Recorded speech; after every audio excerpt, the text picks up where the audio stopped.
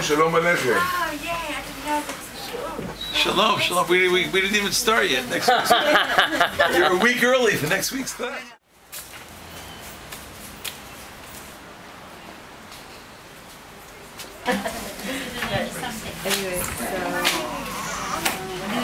Welcome, welcome. Thank you. What happened to the chief? No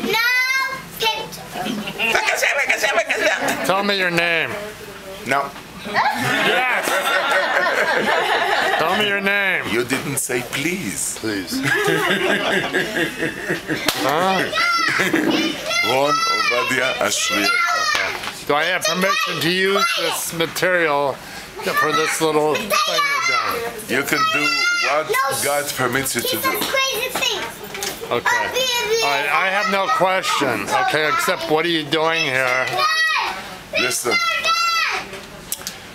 Why aren't you at the hotel? Once upon a time, it was about 7 years ago. Start over. Once 7 years ago.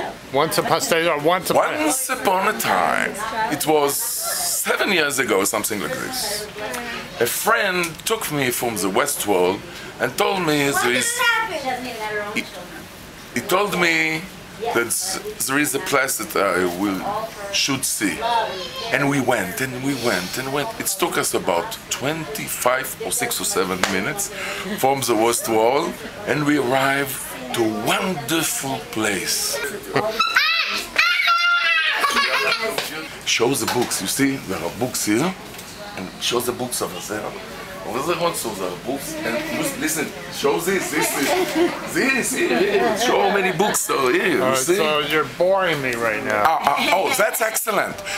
To bore is to ruin one state, and then you have to go above to another thing. The idea is... What are you doing here tonight that's not boring? Tonight there is a lesson. Yeah. And B'ashgacha Protis, divine present, the Rav will soon come, and then he will teach us. And you know, there are many places that you study like and you don't understand much. Here we study slowly, and we try to understand. And the Rav is opened his heart, and he gives us from his wisdom, and you can see he really wants us to understand. And he gives the other person the opportunity to speak also, and we love to speak.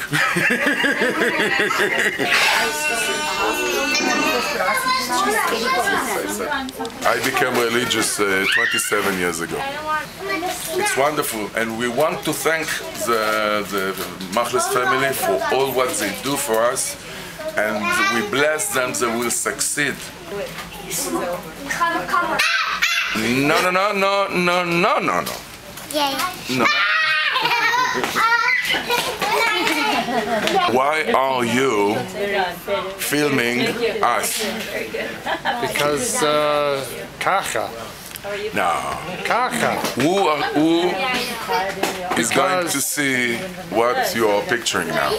That's a good question, okay? That's what we'd like the whole, the thing to be seen by a lot of people because, all right? So maybe you can ask the people over there.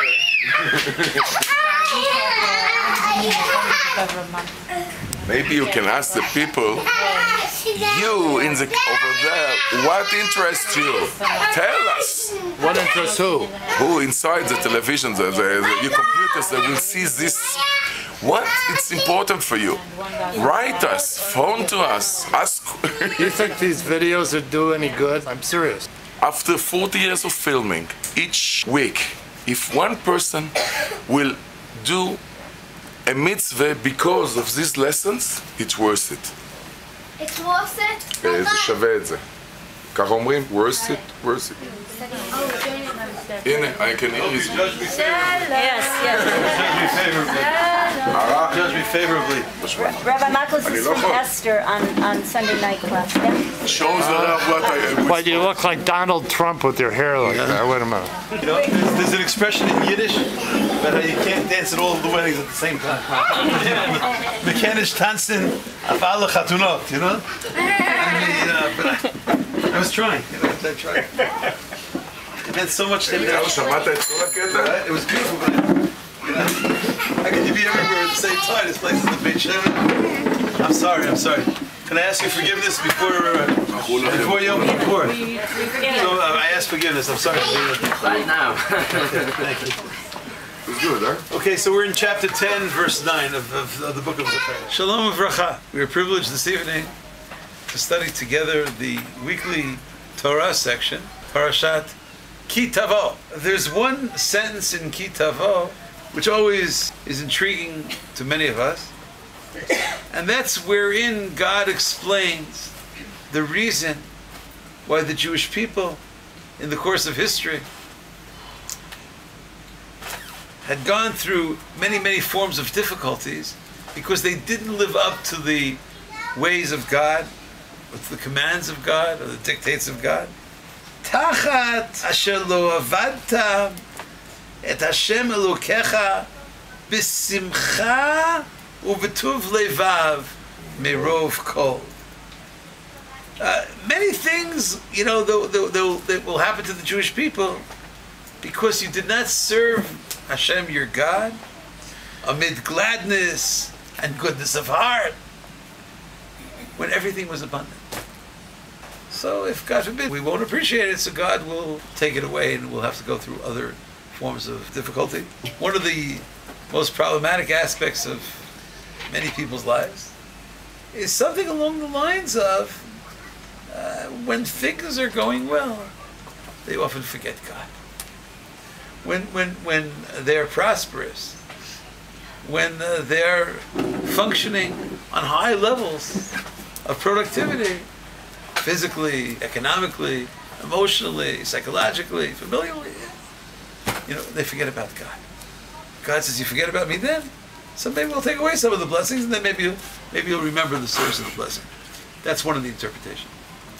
But I would like to suggest and study with you an interpretation that I heard from a very great rabbi. His name is Rabbi Mordechai Willig, one of the most prominent rabbis in the United States. I'm privileged to be related to him. He once said to me that he has another reading on this text. It says here, "B'simcha u'b'tuv levav," they did not serve God with joy, with gladness of heart. Meirov kol. Meirov kol. I translated rov kol as meaning everything was abundant.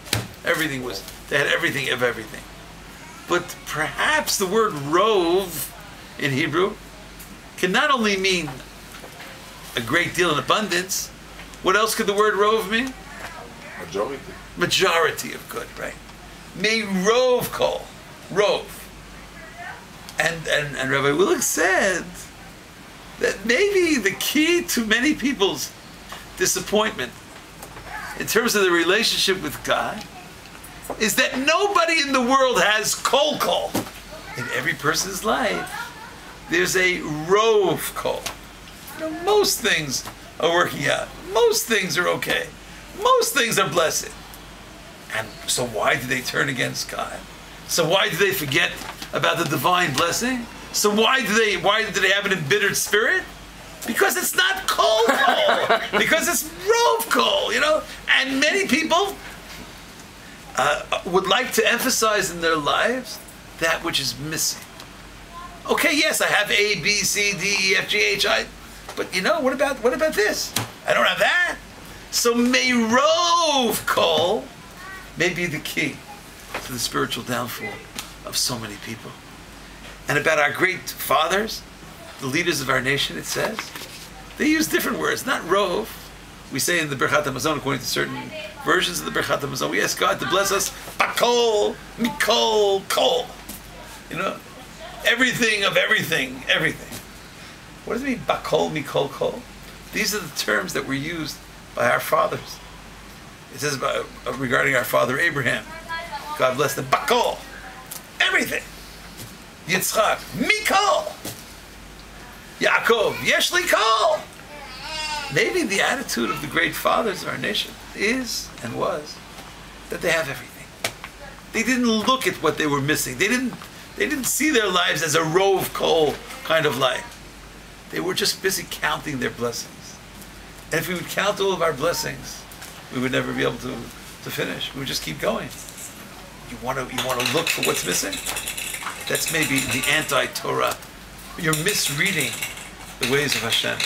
We once learned together, many months ago, if you remember, that the downfall of Adam and Eve, maybe in the Garden of Delights, was that instead of looking what they had, they were looking what they don't have.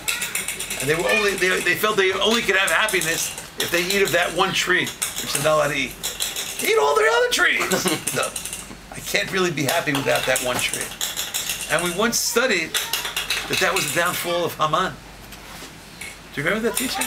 That Haman, min ha-Torah minayin, shneimar hamin ha'etz asher tziviticha.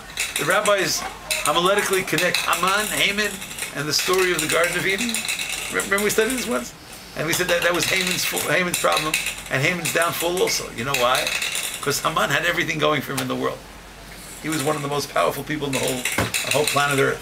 He was one of the wealthiest people. He had a wonderful family. He had everything going for him. So why aren't you happy, Haman?